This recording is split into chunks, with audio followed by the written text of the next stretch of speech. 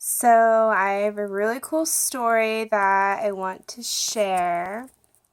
Um, I went to Texas for the hurricane relief team with my church, the group called The Cup of Cool Water. And I had a lot of happenings happen while I was down there, and I just feel like maybe I don't know, this could encourage someone because I needed some encouragement. Sometimes I feel like our own stories as like a testimony of God's goodness, and sometimes in the midst of those storms, we don't really get to see like how um I don't know, like it's in the midst of the storms that sometimes we have to hold on to somebody else's story and their testimony because it's so hard to see. Um, just, I feel like it's sometimes just really hard to see God in certain things, even though I know the truth is that He is in all things, and I know this. But my story kind of starts with me being I've smoked since I'm 29, and I've smoked since I was 20. Yeah, there we go, 9 years.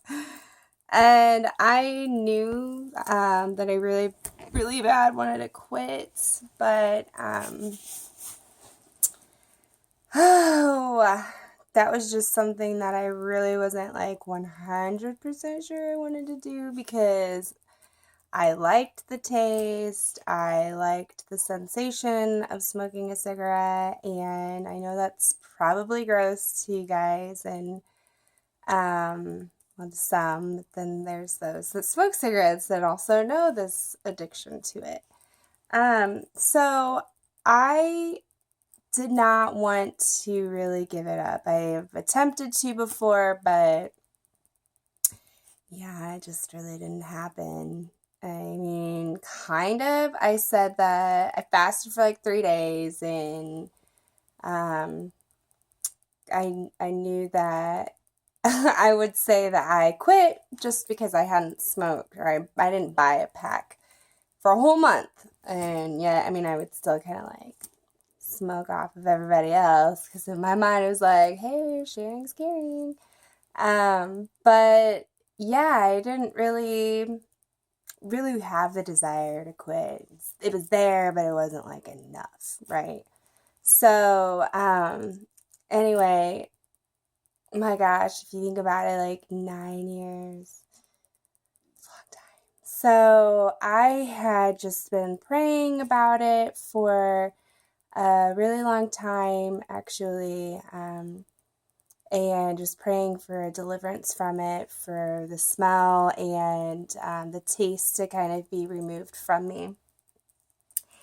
And sorry, there's a hair.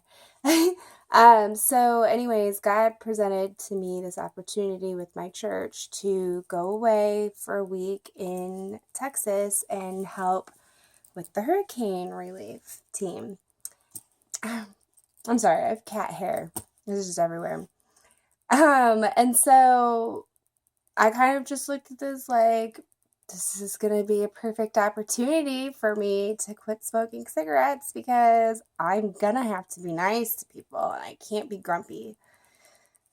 And so I saw it as a great opportunity. And I guess I really didn't see like God's master plan because sometimes he doesn't ever reveal those master plans to us, but then sometimes he does, and it's just like slow, like a slow but surely thing happening.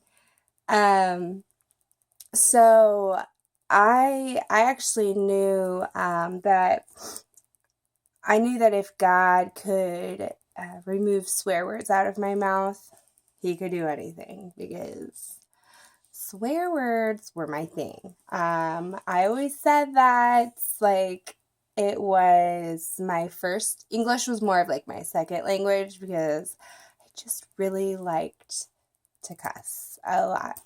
And so God kind of like removed that out of my mouth, oh, without me even knowing, until I read a Bible verse about something along those lines. I think it's like Jeremiah 15:19. And yeah, I was like, oh my gosh, he's seriously removed those words out of my mouth. Like, that's insane. So I knew if he could do that, then he could do anything. But in all honesty, I still kind of put him in a box because I was just like, I really don't really think that this desire is going to go away ever. So what had happened was,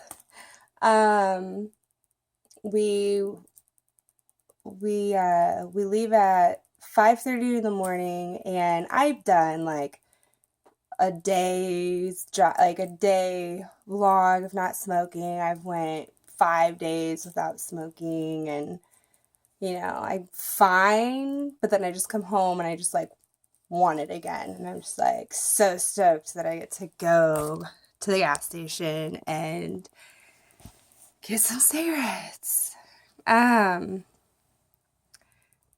Sorry, I have a buddy who wants to help share this story or tell it. So, anyway, okay. So anyways, we get to the airport, and we have an airport that goes from Fort Wayne to Dallas. Then we were going, stop it. And then we were going to take, she's so annoying. And then we were going to, oh my gosh. Okay, like I was saying, my goodness. We were going to take the plane from then Fort Wayne to Dallas and Dallas to Houston. And I sat, the plane was so small that it ended up being that our carry-ons needed like a ticket, and then they would put it in the cockpit somewhere. And I just assumed that it would be carried over from the Fort Wayne plane to the Dallas plane, from the Dallas plane to the Houston plane, and no, that wasn't the case at all. It had been that, oh my gosh, I feel like this is just going to be like part one of my 2 weeks that's been happening. And I think it's really cool because I'm just going to journal about God's goodness, whereas I was going to actually like write it out journal. But I feel like there's certain times that things just need to be said and shared, and I just need to share this because this is pretty crazy. So anyway, we are like waiting, and everybody's just kind of like, well, so your bag hasn't came yet? And I'm like, no. And it ends up being that they had asked me, like, oh, what did they just, did you pick it up when we all got off the plane from Dallas? And I'm like, no, I did not, because I was one seat behind first class, and everybody else was in the back, and pretty sure they made an announcement, but I was Little Miss Chatty Cathy next to the person sitting next to me, so I probably didn't hear it, and I'm waiting for everybody, to come out of the plane, and I just didn't notice that they had their carry-ons. And so, yeah, all that to say, we get to Houston, and I mean, I'm just like a hot mess, like totally a hot mess over just figuring out that I did not have my carry-on, and that carry-on, thankfully, honestly, I'm so thankful that my mom actually like had me go through my carry-on and everything, because if she hadn't, oh my gosh, I can't even imagine 2 days of not having like those essentials would have just been devastating. And so I just kind of like whimpered, and I just hate crying, but I was just overwhelmed. And I remember just walking with one of the leaders to the American Airlines, and he was just so sweet, and everybody was so sweet to me, but it was just like all of this pressure and like saying I picked the worst day to quit smoking cigarettes. And I started overheating, and all of these crazy, crazy things were happening all at once. And I just couldn't run out and, smoke a cigarette. And even though like it wouldn't have removed my problem that I was having, it wouldn't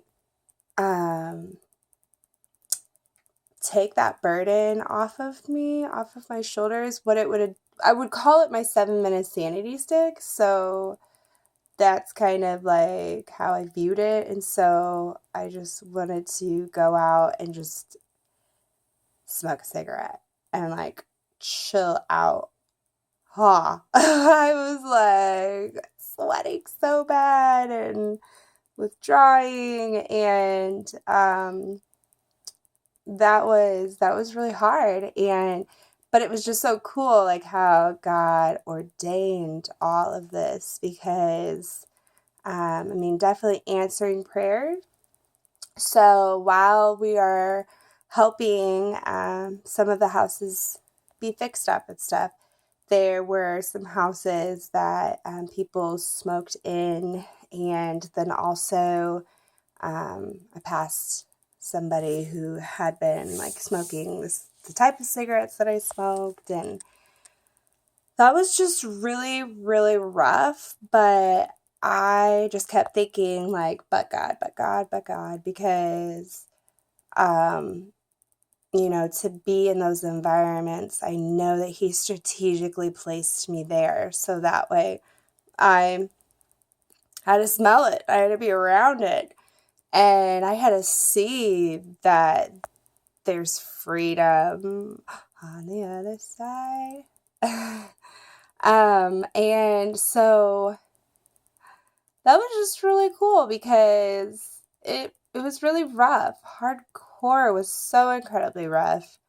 But what's really cool is the fact that prepared me for the fact that I am going to be around people at home who are going to continue, like they're going to stay smoking, and they're going to be my friends, and they're going to smoke. And, just like because I don't swear doesn't mean I'm going to be like, hey, you can't swear around me, It's just a personal conviction, and I'm not going to be like, I would rather maybe like make a boundary and not, and like try and stay away from people who are smoking if it was like really that hard for me. But I would never tell somebody that I needed them to stop smoking just because I'm not smoking. So it's actually been really, really cool, because God's taken that addiction. When I got home, I actually had a pack of cigarettes still in my car. And I just wanted to do a trial run kind of thing. And I smoked a couple. No, I didn't smoke a couple. I took a couple hits of one, and I was like, what in the world? And it's just so crazy. I just have to share this God thing, because like this is just happening one of the many happenings that happened in 2 weeks time. Hi. So yeah, that's just really cool. And so I mean, I got this tattoo. It says "set free," and then the birds, the swallowed birds. I read that like in Christianity, it means like a resurrecting of the soul and a rethinking of values, and so it's a really cool meaning. And I text my tattoo artist probably about like 3 days before I returned home and said that I really would love for him to do this monumental thing. I look at each of my tattoos as like the stones that God had the Israelites, one generation, place the stones in the place that there was victory. So that way, when their children passed by, they knew the story of the stones. And so my tattoos are like my stones that I know that God's brought me through. Cat hair. Okay. Anyways, so yeah, I had to get this tattoo because it was like I know that there's no condemnation, and I should not be living in shame or guilt, if I take a hit. But when I took a hit of that cigarette, I promise you, and then even to be around it, like, it's amazing to me how seriously intricate God is in answering prayers. That, I mean, I honestly, like, really, I had no idea that your hair is all over my face. I had no idea that it kind of was possible. I mean, I know that I can never stop it. Oh my gosh. I could never ever put God in a box, because what I think is impossible, what I deem impossible, he makes possible. So what was humanly impossible with the smoking of cigarettes and just the addiction and pull that they were on me in my life, he answered like crazy.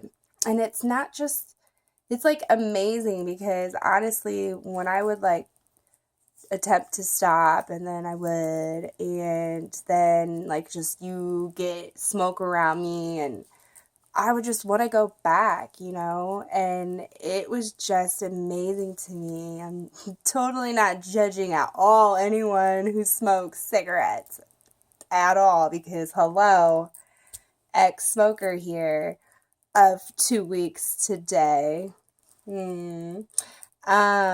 But yeah, like, I am just saying, like, if you really want to quit, like, you can, but you could try Chantix, you could try the gum, like, yeah, you're doing that, but I went from like, I don't know, maybe like a pack and a half a day isn't really like, I mean, kind of on a certain level, it's not like super, like, I guess I don't smoke all that often, but for me, it was started off slow and then ended up with a lot. So anyways, there's a lot of things that in my story that I could share for hours about the whole, like, oh, if I could do it, you can, and sure, that's like motivational, but it's not like, it doesn't always resonate and hit somebody in that kind of way. It's like, great, yeah, you did it, but this is my story, this is my thing that I'm going through right now. I don't feel like I can, and it's really nice to hear that you can, but for me, kind of thing. And anyways, I just wanted to say that, like, humanly possible, it's not possible. I mean, to go like complete cold turkey, that is just, I mean, I am an all or nothing kind of person, but like, with that thing, I feel like I just know that the Lord I know that he was behind answering all those questions, all those prayers. And I just wanted to just share that. It may seem, I don't know, little or whatever, but that's just going to be kind of the start of the story of my past 2 weeks that I've encountered. And if not to, if nobody gets encouragement out of this, at least I know that I'm doing this and it's healing for me to be able to share that, with God, all things are possible. And the million other verses that I could quote to back that up entirely. So I not only have the word, to take the word as its word, the word by its word, but I also have like my story and my word to just share God's glory and his goodness through that thing, that addiction that is crippling. But anyway, I just wanted to just share that. I don't know if that's going to reach anybody tonight or whatever, but I just wanted to, I guess, give God kudos and 100% glory for that, because everyone knew the temptation and the bondage I was in. So to know that story and to know like the victory in Christ that I've received with that, I will be giving you a whole other story tomorrow or whenever I decide to talk about it. So thanks for listening. God bless.